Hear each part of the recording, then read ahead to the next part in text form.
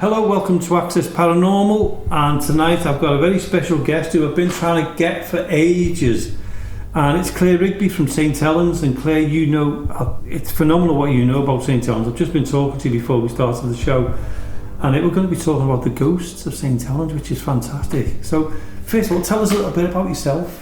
Well, I don't even know where to start. I used to have a small community cafe on Westfield Street in town, and we dealt with a lot of things with mental health, disabilities, and they ended up falling down the local history route with it. And I do lots of talks on various aspects of St Helens, from the Welsh arrivals, the Irish diaspora, the women's rights movements, all the big families and the working class. And it kind of started with me having an interest in an area called Greenbank, which was desperately poor area, the Irish Quarter, and how that sort of affected the entirety of St Helens as the community all came together. There's so much antisocial behaviour, alcohol problems, poverty. It was a slum area of St Helens, and that's how I started. And I put on that I was going to do a little talk to just to the general public about the potato famine and them arriving, and then it kind of kicked off from there. So I didn't put any bookings or anything like that. I was like, I'll just turn up thinking like 10 people would turn up. And it ended up being 90 people. They come from as far as Sheffield, Blackpool, Birmingham. We had to turn people away at the door. And I kind of rode with it ever since. So this has been going on now for 5 years, and we've just covered so much history. And as I find this stuff out, I'm telling the people as I find out. So I'm developing the story of St Helens alongside the people, and I get most of my hooks from people asking me questions after. So they'll come and they go, do you know about this? Do you know about this? And I go, no. And then I can end up pulling a 2-hour story out of it.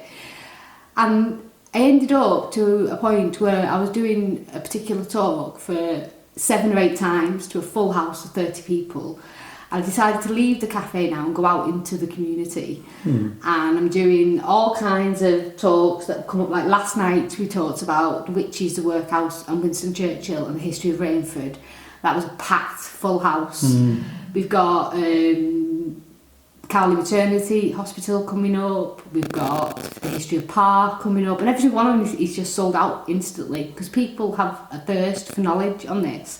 And obviously, as I'm going through this, I'm discovering things like murders, ghosts, witches, White Rabbit. I've been chasing the White Rabbit around Crank now for 4 years, and I finally caught him. There is actually a White Rabbit? There's a White Rabbit that runs around Crank that haunts people, and it comes with a whole story.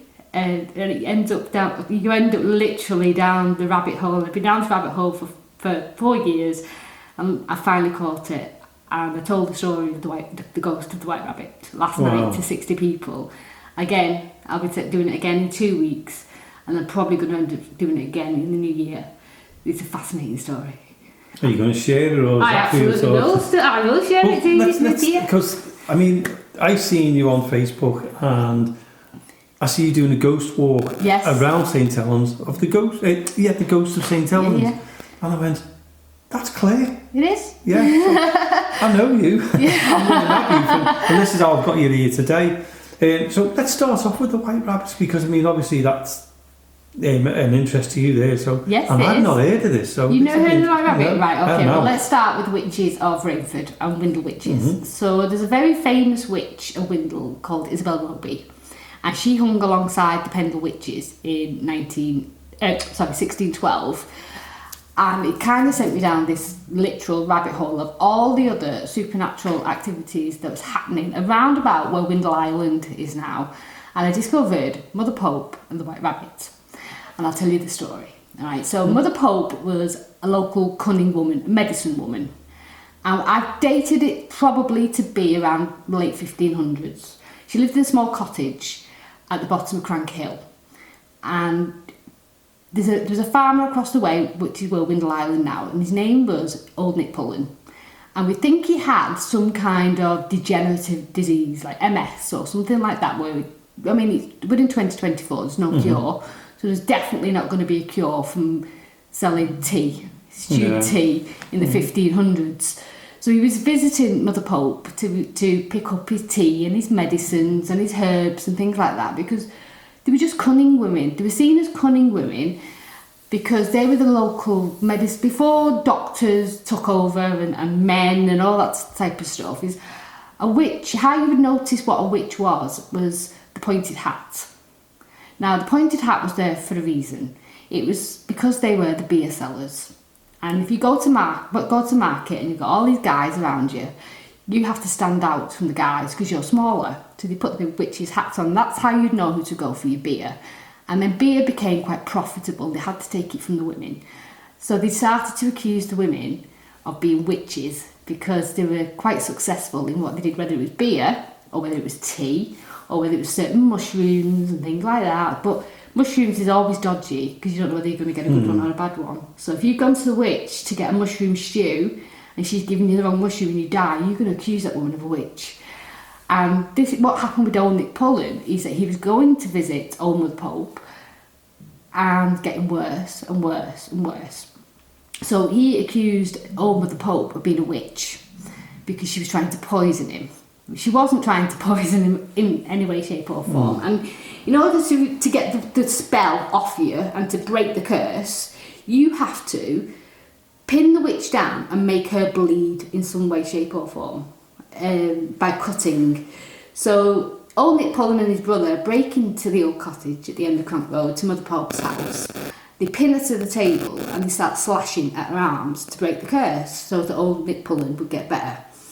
In the house with her was her granddaughter, Jeannie, and the pet, White Rabbit. So during this time that it was all happening, the Puritans were in charge of most of St Helens. We know the Puritans were notorious for witch hunting. They were, the guy, Father Mather, he had been preaching at St Helens Church, where St Parish Church is now, and he ended up going to be one of the founding fathers of America, and his son and grandson were responsible for the Salem witch trials. Right. Yes. Which is very famous. Which is very famous. And it was actually the grandson that repented and said, I'm not going to do this. So we know the Puritans were in St Helens at that time. They had full control of Rainford Church and St Helens Church as well. So it was easy to accuse a woman of witchcraft during this time, especially here. So what happened is that Jeannie decided to run for help. She couldn't go to the church, which is now Rainford All Saints Church. She had to run in the opposite direction, which is Mosborough Hall, because it was a Catholic monastery, and the Catholics and the pagans have been okay with each other for a long, long time. They were both against the Puritans. So she runs in the direction of Mosborough Hall, and she's discovered the next day dead. She'd fallen over, she'd smashed her head in the stones outside Mosborough Hall, where she'd frozen to death overnight. Old Nick Pullen didn't kill old Mother Pope. He just slashed her arms, and then they went outside and they kicked the White Rabbit to death. Right? And then they go about the life. Then the White Rabbit comes back and haunts both of them for what they've done to Jeannie and the grandmother. So the grandmother's still alive, and he haunts them by chasing them all around Rainford, turning up to the cottages, and old Nick Pullen's brother was so traumatised and terrified of this White Rabbit is that he hung himself. It says that he hung himself at Crank Caverns, but Crank Caverns didn't open until 1725, so I think he hung himself at Hangman's Wood, which was the original caverns, right? And then there's a series then of people seeing this White Rabbit, right? Now, the last known time it was seen was 2021, when somebody came bursting into my cafe that had been driving through. They wasn't even from St Helens, and they were like, we've just Googled you, Claire. We've just Googled you. Can you tell us about the White Rabbit? We was driving around Crank last night, and we've seen the White Rabbit. We've Googled it, and you've come up. Can you tell us about the White Rabbit? He wasn't even from St Helens. He'd never heard the story before. So that's quite confirmation. Yeah, and the last known sighting was outside the old Crank station. So all the signs are still there. So you go and have a drive around Crank Road. There's a little bridge, red bridge, and the guy who owns the cottage now, he's kept all of the old crank station stuff, the signs, so you can see exactly what it is. Wow. But when I've investigated into the mythological side of the rabbit, the rabbit was seen before the Puritans arrived as a sign of something good. So because rabbits normally come out of their burrows at spring, it normally would mean that you've survived the winter, and it was seen as a good omen, and then it switches. It switches into a bad omen, and that is down to Alice in Wonderland, right? And the tale, and we get a whole flurry of white rabbit sightings from about the late 1860s to about the 1870s. We believe that Lewis Carroll stayed at Bewsley Hall in Warrington, and he heard of a tale of a traveller at the hall who'd seen the white rabbit, and it kind of develops then into something quite wicked and quite mean and quite horrible. And now we've just got this white rabbit that I've been chasing for 4 years, and I think I finally caught it. And there's just all kinds of mythological things around Rainford and around that area, like the banshees, the screaming banshees, and the bogarts. So the bogarts are these little creatures that will come climb into bed with your child and lie over its face and kill it and smothercate it. So that's going to be your sudden infant death syndrome, isn't it? And we have tales from Crank Caverns. One of the most favourites of these bogarts was at Ince Hall, and it was owned by Lord Gerard. And the area that all this happens with Mother Pope and the Witch of Windle that's all the land is owned by Lord Gerard. So the stories are coming to and fro through the gentry, the Gerard family, and that's how it connects. So then this story, because the bogart had been seen at Ince, that then develops into the goblins of Crank Caverns. I've heard of the goblins. I've done Crank Caverns a few times. Yeah, I've been down Mousey, and it does feel like something's watching you, right? It does feel like something's there, but not there. Oh. Sorry, me belly rumbled. So that's the story of the white rabbit and how that sort of develops. Yeah. Just through myths and legends, because Rainford was High Catholic, and so was Warrington as well. And during the Reformation and them fighting over who was in charge, and the civil war that comes between the two places as well, is they kind of unite those two areas. So Windle and Warrington are connected through religion, and the gentry was always on the side of the Catholic, the priests and things like that. So these stories get passed through that way to each other. Well, have you heard about the white rabbit? Well, we've heard this story that happened 200 years ago, and these myths and these legends all kind of get mingled together, and you kind of think that people have made it up, but then someone comes bursting through your door who hasn't ever been in St. Helens before, never heard of the white rabbit. Come straight to you. How? Right. I don't know. No. It's a mystery. I've been to Crank Caverns loads of times, and the last time we were there, it was me and James and James Anthony, and we just went, done a little bit of a paranormal investigation there, and we heard we could literally hear voices in the caverns, and we were like, "Dad, is that our echo?" And he went, "Well, how can it be an echo if it sounds like a female?" Yeah. I don't know. Yeah. And then we walked back, instead of walking back the normal way everybody goes, we went along the country lane there. Yeah. And I didn't see any white rabbit though. No, you won't see a white rabbit. You won't see a white rabbit because I don't know where the white rabbit is now, but the last sighting was at where the old Crank station was. People just see a rabbit jumping along a white one. Yeah. Some people, because there is things such as albino rabbits and things like that. So they're not. People might see a rabbit, but the people from the 1860s were the farm servants. They were the people that reported, and well-known farmers as well. Yeah. So people that you wouldn't class as mad or a liar. So respectable farmers that were on the edge of Rainford and Billinge were reporting a human-sized rabbit. Human-sized? Human-sized rabbit. You didn't tell me that part. Well, is that where the saying comes from, white rabbits? Well, white rabbit is a very, very, it goes back a very, very long time through Celtic mythology, and it's very much Lancashire based. It comes from Lancashire. and it's just developed through time. So white rabbits are very notorious in Lancashire. Lancashire has its own Celtic stuff because before the canals arrive, most of it's just marshland. It's just a big, Lancashire is a big bog. The Vikings had come and put in all the dike systems.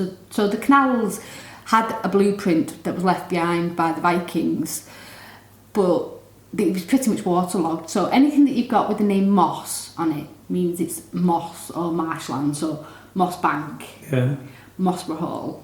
Anything that's got moss on it, Moss Side, things like that. I'm sure that there's places in Liverpool. There's one in Highton, Mosscroft. Mosscroft. So that's how they would have got their names, because they were marshland, which means that they're cut off from the general public. So nobody really wanted to come up to Lancashire for the first couple of 100 years.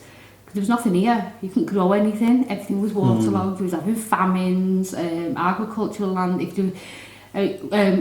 In Crosby, Blundell, which is one of the big people that ran that, he's got a very good diary online, and he actually writes about adverse weather and how that affects the farming land. So every time you'd have an adverse weather effect, like we've had this week with the extreme storms, that would have caused a famine across the whole of this part of Lancashire. Because of the marshland. Yeah, so these stories are passed on through generations, because no one's going to be writing anything down, because the schools haven't arrived until about 1801. So nobody could read or write. Everyone's telling a story around the fire in their little mud huts. It's word of mouth. It's word of mouth. So it's like Chinese whispers. You're going to add a bit on, and then it's all going to merge together. So you don't actually know what is the 100% truth and what is things that have been added later on. That makes it more exciting, doesn't it? Does. Because it's like a storyteller. Yes. You know, they add on to that to make it more exciting, and that's what it's all about. It is. That's where you get these what did they call them? He said it before. I can't remember what it's called now. My mind's gone. But yeah, I mean, you're doing a tour of St Helens on the coast, and now you just told us about the White Rabbit. Do you do one about the Windle Cemetery at all? Because I love the cemetery. Oh, the Windle Cemetery, yes. That's got Prince Rupert that walks down there. So Prince Rupert was, I think he's a cousin of King James, and it was King Charles, and it was during the Civil War. All right, and he'd been sent over to Lancashire to keep a hold of Liverpool Castle. And he was told to get back. You have to get this castle back from the Protestants. You need to hold it down strong, but what you mustn't do is that the people that are holding the castle at the minute during this war, you can't kill them. You have to pardon them. So he goes in, Prince Rupert goes in, sacks the castle, gains control of the castle, but he didn't listen to anything that anybody said, and he murdered everybody in there, right? But the thing that set people off was that he killed a really old blind man, which didn't really have anything to do with it. So all the people around were like condemning Prince Rupert for killing this old man. Not so much the rest of them, but the old blind man, because it really wasn't necessary, and it was quite brutal, and he'd been told not to do it. So what they had to do was they had to hide Prince Rupert away from everybody. And the place that they hide in is in the Chantry, the old Chantry at Windle Abbey. And he doesn't. I don't know how long he was in there. It could have been a week, could have been a month, could have been 6 months. I don't know. I haven't looked into it that deep yet. And when he's hiding, he's going to go walk about. And during this time, everyone's a drinker. All right, everyone's a drinker. You can't really drink the water. So the nearest pub to him is what we know as the Abbey in today, right? And he spends a lot of time at the Abbey Inn, drinking, socialising. He's away from everybody, because remember what I've just said about the whole area, no one's coming into this area because it's waterlogged. He's quite safe to keep going to the pub and then back to the Chantry, all right? And the innkeeper has a beautiful daughter called Marion, right? And they fall in love, and it's love at first sight.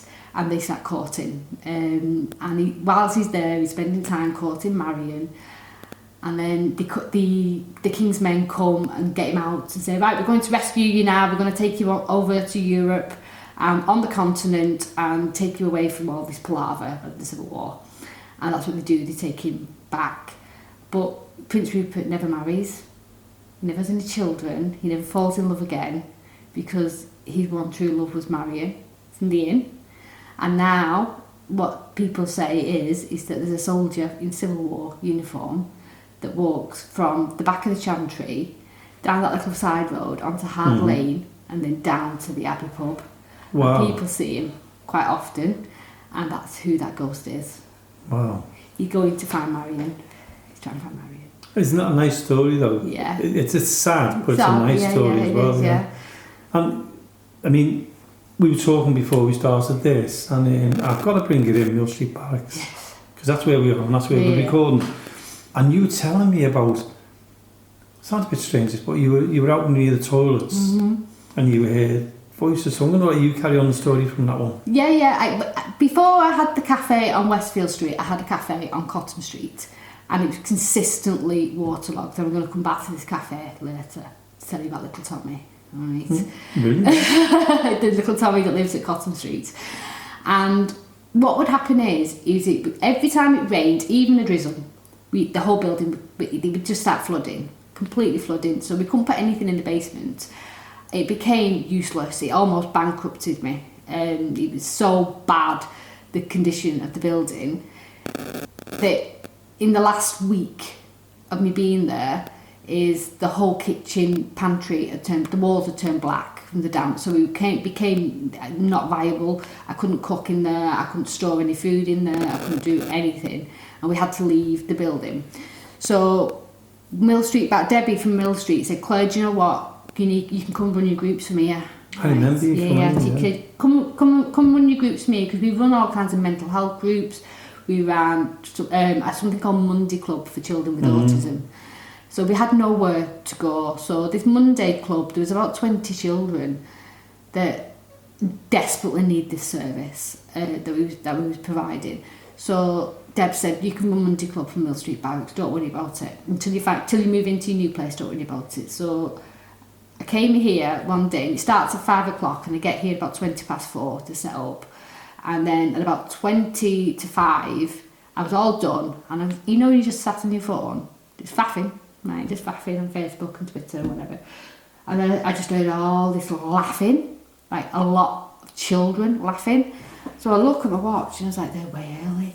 So I go outside and there's nobody there. Not a single person on the street. It was so loud.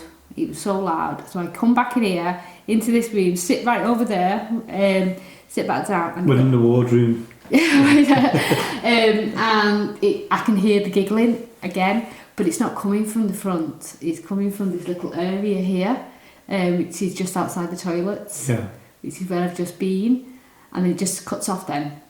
And then 10 minutes later, after silence, the kids arrive. So I was like, whoa. And then you always think to yourself, like, I might imagine that. Maybe it was just a group of kids coming back. Maybe it was just, you know what I mean, maybe somebody was going in. That's the sensible way of thinking. You've got to try and think sensibly, because not everything is paranormal. No, not everything is paranormal. But on the Thursday morning, we brought the Wellbeing Knitting group. And we had all the tables all together in this group with about 25 women, all sat around, all knitting, and outside the toilets, behind this door, a whole load of children start laughing. The whole group turned around, Jamie. The same noise, the same children, and everybody here heard it. I ran out to the front to ensure that there was no one there. No one was there. And every single person that was sat in that group will attest those children laughing on the other side of that door. Wow. I've not heard that. I know people have said they've heard children in the building. I have heard children, but not near the toilets. Now, as you know, you've been in the building a few times, there's right next to there's the cells downstairs. So it's quite interesting. It is. And it is orientated around children, this building. So the first time I thought, I was like, I'd imagined it in my own head. And I even went home and told my mum that night, it's like, this mad thing happened. And then when it happened, because it was going dark at the time as well, so I was like, oh, maybe I was just kind of, you know what I mean, because I've heard that this building's haunted, so maybe I'd psychologically some kind of twisted my own brain that I was going to experience something. But when I was in a room with 25 women, all heard the same, and they all turned at the same time in the direction. That's clear. It's clear that there's children here. Great, because I'm here on my own for a while.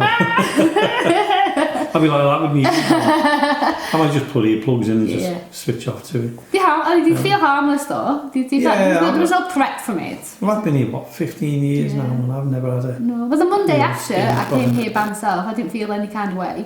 I came back and I did the same thing. I didn't hear him again after that.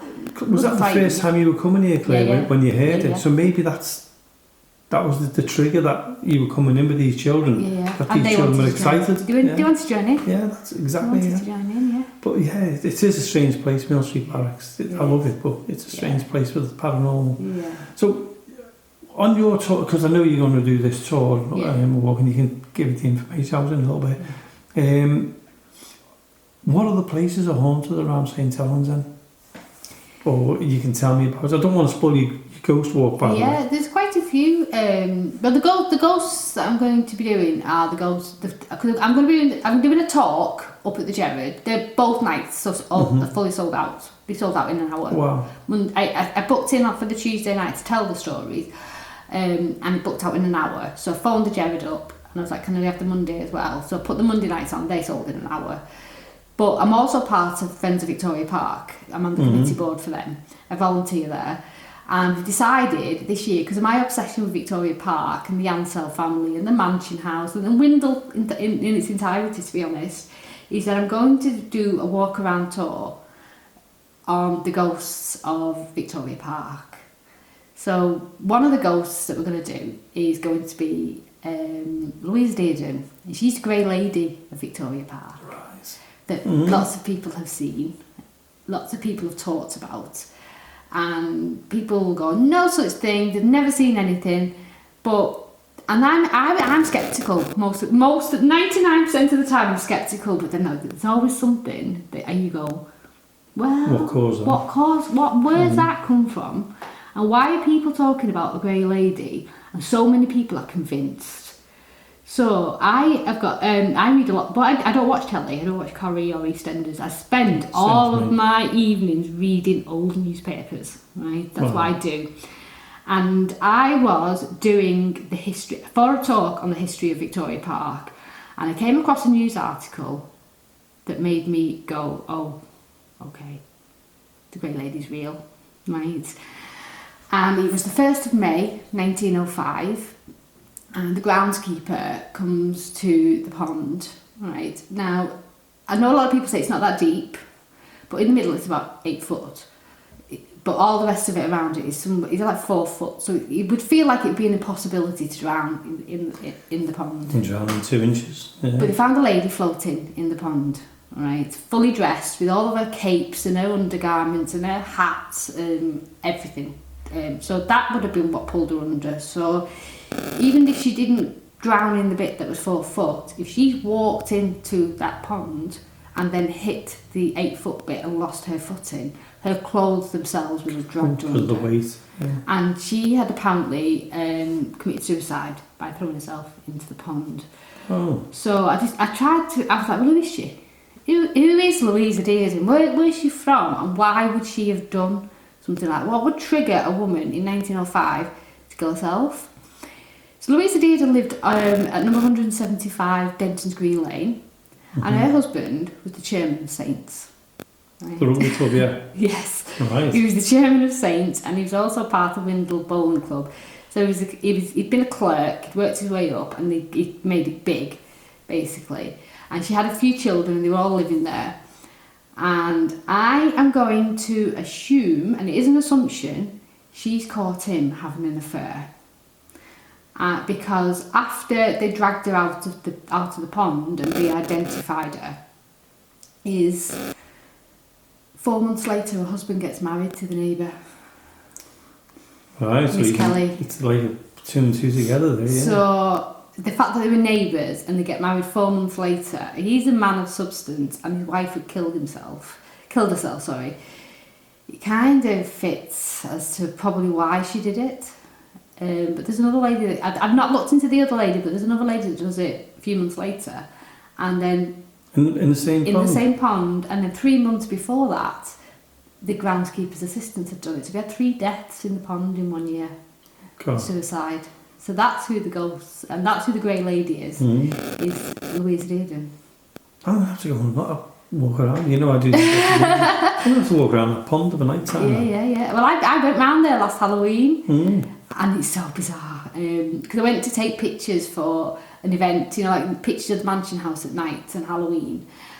And I kept saying, and like I say, 99% of the time, I don't really believe, but I kept saying, Louisa, are you here? You know as you do, if you do, just messing about. Yeah. And every time I said it, it was crunchies and there was nothing around me. There was nothing around me at all. Whether it's the squirrels in the trees or whether it's something like, I don't know, a bird or I'm disturbing a rat, or because the pond's full of rats. Yeah. But didn't hear anything until I said, Louisa, are you there? And then it would always happen. I have to try that. You need to try that. Not on my own. No. I went on my own, we said fine. Well, Claire, we did, me and James asked me something about them. We'd done Shirley Park a few years back.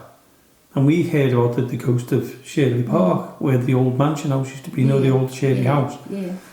So we thought, well, let's go and do it and that. So we went into the private gardens on the right, you know, the little gardens. We were walking around there, we were doing the ghost hunts. And we stopped where they used to... Do you remember the little goldfish pond? No. Oh, I remember... It's like a dream. It's like a dream type memory. No, I remember it because I remember leaning over it and watching the goldfish when I was a kid. And it's where the paving slabs are. As you go in, you go under the arch, straight ahead of you, and you come into where it's like pavements. And in them pavement slabs, there used to be a goldfish pond just there. I can show you it. It's there. Well, it's not there now, but it was there. So we stood there. And we heard about people hear the footsteps of this woman. Now, it was winter when we went, so the leaves were all down, or autumn, winter, all the leaves were down. And we literally heard footsteps coming towards us. We actually recorded the footsteps coming towards us. Oh, gosh.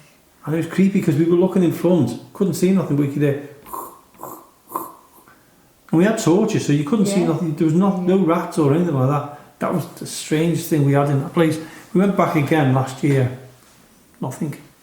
But that's what happens. You know, you go back hoping, but nothing. But there's one for you. Yeah, there's loads. Yeah. There's loads. There's old Nurse Doll that's outside. That she walks from St Helens Hospital down to Peasley Cross. Yeah. And then there is the men on the bridge at Peasley Cross as well. And apparently there's a whole load of men that walk from where Jackson Street is now. Yeah.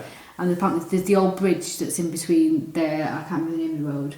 And people see lots of men, lots of activity. And look, people go down to this little tiny bridge. You wouldn't know this bridge was there if you didn't know it was there. And loads of paranormal people like yourself have been with all the equipment and it's all full of activity.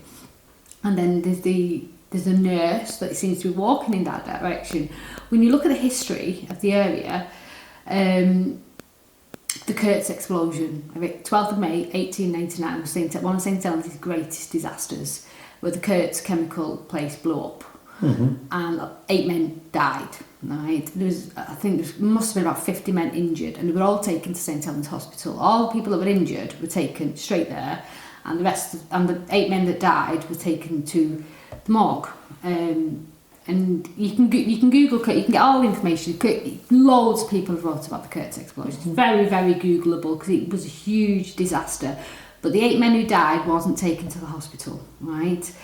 And I believe they are trying to get to the hospital across the bridge, and the nurse is trying to get them over, because the nurse that walks down is apparently the very first ever nurse that worked at St Helens Hospital, and people who stayed at St Helens Hospital in the 1950s and 60s would see the nurse in the chair in the corner of certain wards, and then she would disappear. So because of what happened, and because those men never made it to the hospital, and because everybody talks about the paranormal activity of the bridge, you have to cross the bridge to get to the hospital, and I think the nurse is trying to find them. Oh, she's trying to look for them and take them there, even today. They're trying to get there. Yeah. She's trying to bring them. So there's this whole crossing on Peasley Cross Road with the little bridge of a lot of activity, and she's trying to bring them and make them better, and they're lost somewhere. Lost. It's incredible, isn't it? It's amazing when you think about it. And you were going to tell us about your cafe. Right, yes. Little Tommy, was it? Little Tommy. Let's talk about Little Tommy. So, Little Tommy nearly had me locked up in the psych unit. I'm not even going to lie. Right. I ended up being medicated because of Little Tommy. So when I was talking before about the basement that would keep flooding. Every time the basement flooded. Can I just ask, is this the one where you went in? I've seen a video of you going into this like bunker. Oh no, that's the one on Westfield Street. Oh, is it? That's the World War II bunker. Yeah. So the first cafe on Cotton Street, so it's where Nabby's used to be. It's only one room, and then you'd have a room at the side, and then you'd go down into the basement, and you'd just keep getting full of water all the time. The slightest bit of rain, and it was just like in about 3 inches of water. But when you was down there, it was terrible. It was oppressive and things like that. And I was thinking it's because I'd lost so much stuff down there, is that I kind of attached with some kind of psychological bad feeling because I kept losing everything. I'd lost all of my opening stock, which was £3,000. So before I met Tommy, I didn't believe in ghosts at all. I have a double honours degree in theology and religious studies, and even through all of that, I didn't believe in any kind of God. Tommy has changed my whole perspective on everything. And things would start moving. Things in the cafe would start moving. And we had a play area with toys in. So if I was in the building on my own, the toys would start going off. And you go over to it, and there's no batteries in it. Right, but I've got videos of this. The CDP, which is the Coalition for Disabled People, are all witness to this. I know that. They are all witness to the toys going off. My brother used to work there. How strange is that? Because they would come in on a Monday, because we didn't open on a Monday, and the toys would go off when they was there.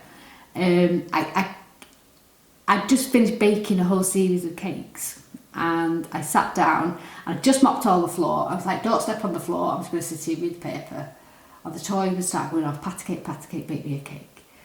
So I go over, and there's no batteries in it, Jamie. There's no batteries in it. It's impossible for it to work. It's not.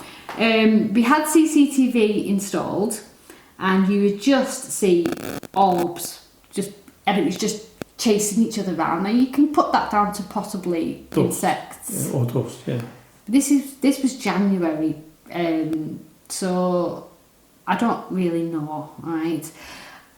And because of the flooding, and we needed evidence for the insurance company, we put a camera in the basement. And also because I was interested in what was going on down there, because things were being moved. And you would watch the camera, and all night there was activities. All night long. Things were moving, toys were going off, they could see the lights, it had no sound, but you could see the lights of the toys going off. And then I used to wake up at 4:17 a.m. every morning, right? Something would wake me up. Logical brain me was going, maybe it's a neighbour leaving for work. Opening the car door, that's what's waking me up at 4:17 every morning. Anyway, a paranormal team got wind of this, and they contacted me. And they said, can we come and do an investigation? And I was like, you know what? Yeah, actually you can, because I want to know the truth.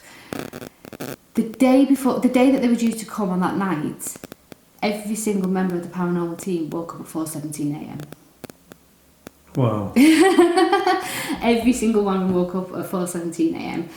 And then there was one particular night, and it felt like my whole bed had been upended. That's what woke me up. It felt like the bed had moved.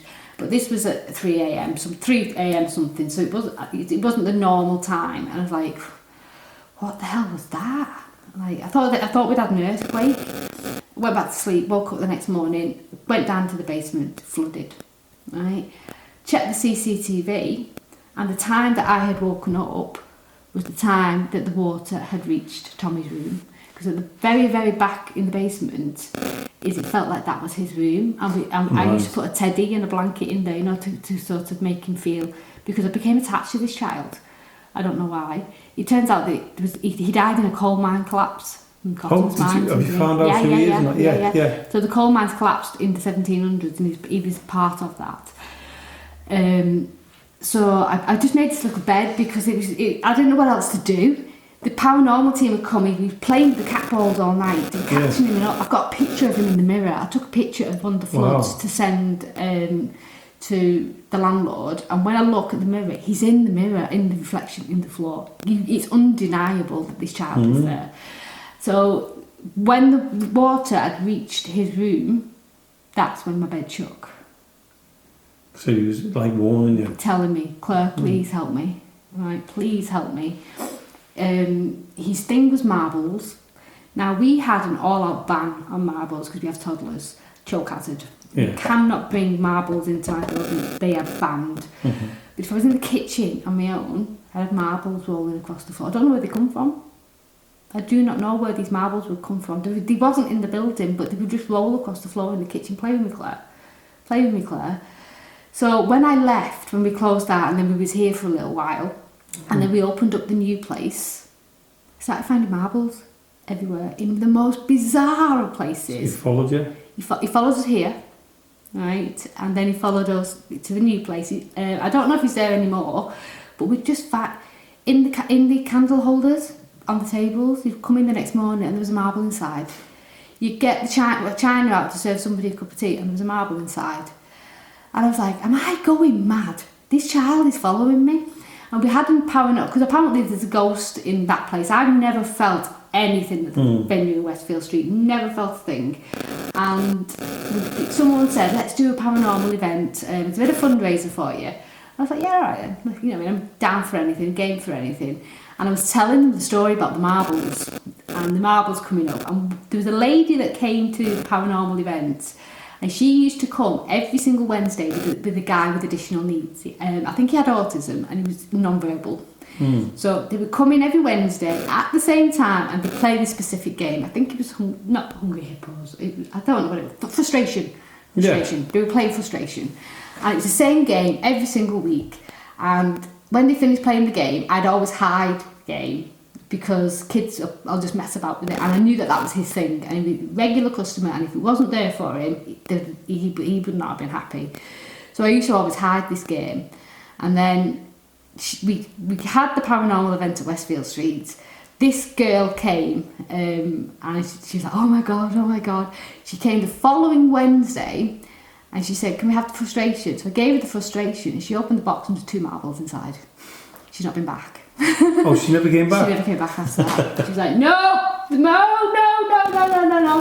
And I think the last time I found a marble was about 2 years ago, and then it's just stopped all of a sudden. And when did you leave the Westfield one? So I left, I was in Cotton Street from October 2017 till December 2018, and then we had too many floods, too much damp, and then we was here for a little while.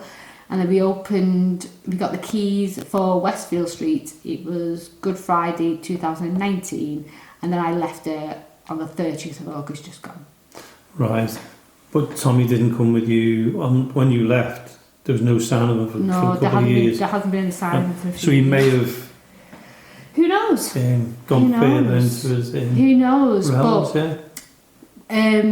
with the Cotton Street one, I didn't tell a lot of people about it, but we seem to attract a lot of like mediums type people who were just walking off the street for a cup of tea, and they come in and go, who's this child? And it happened 4 or 5 times. Even the man who put the gas pipe in, right, the construction guy, comes in, goes downstairs into the basement. Now this is a construction guy, somebody you're not even going to talk to about ghosts because you think they're going to rip you, right? He goes down into the basement and he comes back and said, who's Tommy? Just like that? Just like that. He said, who's Tommy? So he must have made himself known to him. He must have made himself known to him. How would he have known who Tommy was? There was nothing in the papers, there's nothing on the Facebook. I didn't put anything on Facebook because I didn't want to freak the customers out. Yeah. How did the gas engineer know who Tommy was? We ended up, at one point, it got so bad that we had to go downstairs into the basement. I had a Catholic priest, a Protestant priest, a spiritualist and a medium all holding hands in a circle trying to get him to cross over. That's how bad it was. Yeah. That's how bad it was. Well, it didn't work. Not at all. That didn't work whatsoever. He might have just gone on his own accord. Yeah. We had somebody from every denomination in that basement praying for that to pass that child over. And I don't know. But do you miss him? No. You don't? I did at first. Yeah. I did at first. But it also brings a lot of, bad stuff. Like the waking up in the night time. Because once you're awake at 4:17 in the morning, it's the most loneliest time of the night, isn't it? If you're awake between 3 and 4 o'clock in the morning and you're on your own, it's the most loneliest place you can possibly be. So it just reminds me of that time. I don't want to be woken. I don't want to be shaken out of the bed anymore. So, St Helens now. Yeah. What's the most prominent? That sounds silly. What's the most prominent ghost in St Helens? What's the most well-known ghost? Oh, probably the headless woman of the back of the ship. What's that area called? Where Sankey is. Sankey Canal. Yeah. There's the headless. Because the ship's closed there, and you've got the water. The Stanley Mill Bank. Yeah. There's the headless woman that apparently walks down there, and there's nuns as well, because that was the convent. St Mary's Church that was there was the convent. I haven't found anything bad that happened, but I have heard of the headless lady, because there was a few. It used to be a copper works that was attached to the slave trade. We used to make manillas there, the copper manillas that would be shipped to Africa and traded for people. Not that's got anything to do with it, but it was quite a industrialist place to work, and it has lots of different cottages there, copper mill cottages and things like that. And apparently one day there was a lady that had had an accident and she was decapitated. So lots of people, and I mean lots of people, have seen the headless lady there. But it seems to be a hotbed of activity, that bit of the canal at Blackbrook, because you've got the Irish navvy that walks up and down there as well. Right. That died. I can't remember his name. His name's James, and something very Irish in it. That is possibly the most haunted place in St Helens. There's a lot of accidents there. Even 1905, there was 2 young boys that fell in. That was ice skating, because ice skating used to be quite big in St Helens for the Carmel Dam. So any time a little pond would freeze over, the kids would be on it. And I did see a picture and this woman had put this picture online of 2 children playing in the tree. And there's a child in there, in it. It kind of looks like 2 pictures merged together, but it's very, like sometimes you get that flash. But we don't have old film like that anymore. This is an iPhone camera. So you don't really get 2 pictures merging anymore. The technology, not now. You can do it on Photoshop and things like that, but you can't take a photograph now because it doesn't work. You don't have it the same way. Like you said, when you had the 35 mils, you can get double exposure. Yeah, sometimes that's what we call double exposure. So that, I would say, that area there is probably the most haunted of all of St Helens, is Stanley Bank Mill. You've got the headless lady that had the accident from the iron slip machines. We have a host of nuns that was there. It was also a reformatory school. We know it as the Blackbrook Naughty Girl School now. So, when your mum used to say to you, I'm going to put you in that Naughty Girl School there. So it was an industrial school, and then it was a reformatory school for young girls as well. So I haven't found any deaths or any unusual deaths that came out of that, but they did hide a lot of these things. And there's also when it was St Mary's School, when it stopped being the reformatory school, I found, I think it's 3 young lads who have gone off after the end of the school day and never come home because they've just fallen in, and then they found bodies later. So whether something pushed them in, because it seems excessive that 3 children have left school and not returned home. So did something push them in? Yeah, I won't be going Did the headless lady push them in? But there's nuns as well. There's nuns. It baffles me though, when you say the headless lady could have pushed them in. Yeah. How can she see? I don't know. No head? No idea. This is where the story is. She holds her head. Oh, gotcha, yeah. She holds her head with her Right, because that always fascinates me. You know, when people say, "Oh yeah, the headless lady walked down." I'm thinking, well, how do they see where they go? Yeah. So, but I suppose it's like, if you're thinking more seriously about it, they're doing the same walk all the time. Yeah. It's like the spirit of it's doing the same walk. It's like a video game, isn't it? Video. That area as well was also a hotspot for people hanging themselves. Was it? During Victorian times. I think there's 4 men that have hung themselves from the trees there. And one guy they never found out what his identity was, or the reason why, his name, or anything like that. Nothing like that. It's a very dark area. It's a very dark area. It just seems to be a lot of sadness. Yeah. I get an unease. I tell you where I do get a big unease is Limewood Country Park. You know, where the big coal mining accident happened. Yeah. Now, before I'd ever looked into history of Haydock and the Limewood Park or anything like that, or the old colliery that was there that killed a significant amount of men, when I went there for the first time, I thought I was just going to a nice country park and walk with the dogs. And when I walked off, I said, I'll never go here again. And I don't know why it was. And it's only after that I found out that was the spot of the accident and the mining disaster that happened there. So you picked up on the energy I of don't the... know. I couldn't put my finger on it, but as soon as I got in the car, I thought, I'm not coming back here. I don't know why. I don't know why. So you're doing your walk. Yeah. You want to tell us a little bit about your walk, where you're going to start and where you're going to end? And the walk, I've got the meeting on Thursday. We've got to write a risk assessment, and we've got to check out the gear. So I'm meeting with Tracy from Rangers, St Helens Rangers, and the chairwoman of Friends of Victoria Park. So then once we've got all that into place, and we've done the risk assessment and we've done the map, because we've got to do the ghost on the park, and then we've got to do the groundskeeper down at the bottom, and then the later groundsperson's wife, and then the 3 ghosts of the pond, and then up to the mansion house where there's this servant girl I cannot pin down. Right. I think there's a lot of information about that might be a bit misconstrued. I can't find any evidence about servant girl, but there was a lot of things that happened in that building. Right. A lot of evil happened in that building between the Ansells. So, I don't know, and then up to the mansion house and then back up to St Mark's Lodge. We'll start at St Mark's Lodge, probably go to the bandstand, down to Bishop Road. It's only going to be for about an hour because it's going to be cold, isn't it? I don't know what the weather's going to be like, and it's my first one, out and about. Actually, because I've got to get the little headset so that everyone can hear me, and we're just going to have a little walk around, and then up to the pond, up to the mansion house, back to the lodge, some hot chocolate, and just give it a go. Give it a go. You can try it. It's a nice build up towards Halloween. Yeah, well, we are doing it on Halloween. Yeah. I don't know if it's going to be exactly Halloween. We'll find that out on Thursday. But as soon as we've got the dates and everything, it'll go on to my Mum's page, and people can just turn up.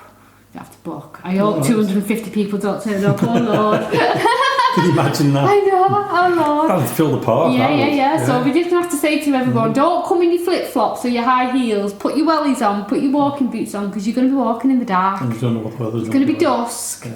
And when we start off at dusk, is that by the time we get back an hour later, it's going to be pitch black. So you've got to be steady on your feet. Don't be coming in no daft shoes and no daft outfits.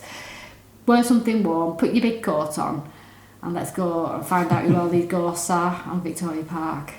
Now that one's going to be a cracker. Yeah. What made you get into the ghost walks, doing the ghost? I know you do the history walks and things like that, and they're a fantastic success. But what made you want to do the ghost walks? Are you going to do them on a regular basis, or are you just going to do them around? Well, this one here, this one that I'm doing on Victoria Park is my first one walk. So all my talks have been in a building with a big screen. Everyone's warm, everyone's got a drink, and every single one of them is just full to the brim. So this is going to be my first walk and talk and out in the community. Because now that I've left the venue, I'm free to do whatever I want. And this is going to be the first boots on ground, walking people around. I eventually want to work with the Transport Museum to do open bus tours and things like that. So going around on the buses and stuff. But you've got to start somewhere. Of course. You've got to start somewhere. And this will be my first one. So we've got to write the risk assessments. We've got to get everything in place, make sure that people got a hot drink when they get back. And let's just tell everybody about ghosts. Enjoy it. Well, that's what it's about. Isn't it? When I seen it, because you, obviously I'm going to ask you to do how they can contact you and everything else in a second, but I seen it on Facebook. I thought, Ghost Walk of St. Helens, I've never heard of that before. Oh no, that's the Ghost Talk, not the Ghost Walk. It's the Ghost Talk. Oh, it's a Ghost Talk? Yeah, at the Gerard. So that's at the Gerard. Right, so you've got a Ghost Talk. We've got Ghost Talk, that's the one you've seen, because we haven't put the Ghost Walk up yet. Right, we haven't put the Ghost Walk up yet. Yeah, pretend you didn't hear this. So we've got a Ghost Talk at the Gerard, which both nights are sold out in an hour. Yeah. Kids ones are going up because I need to tell the kids about the clown at Tickle Street in Par. There's a clown. You're going to have to come back on this show and talk all about the things. There's a clown. So we're gonna do kids ghost stories as well. We've got a session at the book stop on Bridge Street, and then a session up at the dam as well. And just start telling the kids about stuff, because they need to know about the witch. They need to know about the rabbit. Well, there is a group, called Junior Paranormal, who we're good friends with, but they're up in towards Manchester way. Rochdale, something like that. Rochdale, I think it is. I'll have to tell them about you, because they love all that. They're fantastic people. Rochdale. They must have heard about the Bogarts of Rochdale. They must have. I'll ask them. You need to tell them about the Bogarts of Rochdale. Well, when you say Bogarts, there's also one called a Bogan. And that's Wales. Right, yes. And it's Bogan and stands for ghosts. Because I went into this park in Wales, and I got talking to this fella, and he said, "Oh, have you heard of the Bogan?" And I'm wondering, what? The Bogan? I don't know what you're on about. The ghost, it's a ghost, and it goes all around where we walk. Well, I never knew that. So I've got to go. And there's banshees as well. The banshees they came with the Irish diaspora. So the banshees of Ireland, so the screaming, wailing women. I've heard of the banshees and the little elves and things. And not elves, are they? Whatever it is in Wales. In Ireland. Claire, we're coming to the end of the show now, so I'm going to ask you, how can people get in touch with you via Facebook, website page, whatever? Yeah, I'm on Eventbrite, so you can just put in Claire Rigby into Eventbrite, and it'll come up with all the talks, whether that's ghost talks or whatever else it is that you want to talk about. Because I do everything. I find a story, and then I go at it, and then I tell people all about it. So there's Momo's Facebook page. I've also got another page as well called The Entire History of St. Helens with Claire Rigby, and that's telling people about working class stories. So people like servants, prostitutes, people that have gone to the asylum and all that kind of stuff, because the asylum's is incredible. Somebody showed me a video of Foxwood Drive, and it's one night a year in June that they can hear the swinging of the swing. There's no park anywhere near it, and Foxwood stands on the old mortuary site. So that's another place as well. Oh my God. He's definitely coming back to do more stories. So that's how you can get hold of me. I've got an email address, which is historywithclairerigby@gmail.com. But Momo's on Facebook is probably the best place to get me. Because you can contact me with Messenger. Yeah, because that's got all the events on it as well. So obviously people might say, "Oh, I'd like to go to that, but I don't get paid till such and such a day." Well, if you go on Facebook and you can see the events, you can click like interested, and then it'll send you a notification like close to the time. You can go, oh, you know what I mean? Because my walk and talk that I'm doing around is going to be free, because that's part of my volunteer movement. And the tickets for the talks are only £6, and that includes coffee fee. Sorry about that, I left my alarm on, didn't I? So it's £6 for the tickets, but you find them on Eventbrite if you've not got Facebook, and then you just book it on. But always check where we're doing it, because I'm doing it all different places. Okay. And I should hopefully see you at some talks.